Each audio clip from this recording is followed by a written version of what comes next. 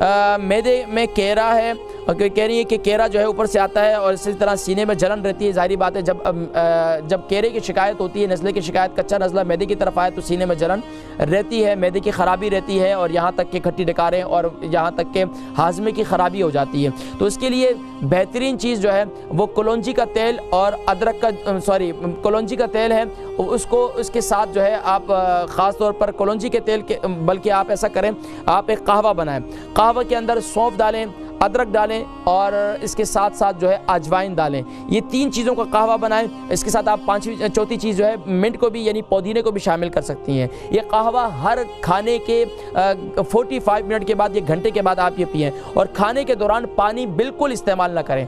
खाने के दौरान पानी छोड़ दें। और दूसरा, रात को सोते वक्त आपको अगर शुगर नहीं है तो कलौंजी का तेल और शहद रात को खाकर सो जाएं। तो इससे इंशाअल्लाह सुबह जो है आपकी दिन जो है वो बेहतर गुजरेगा।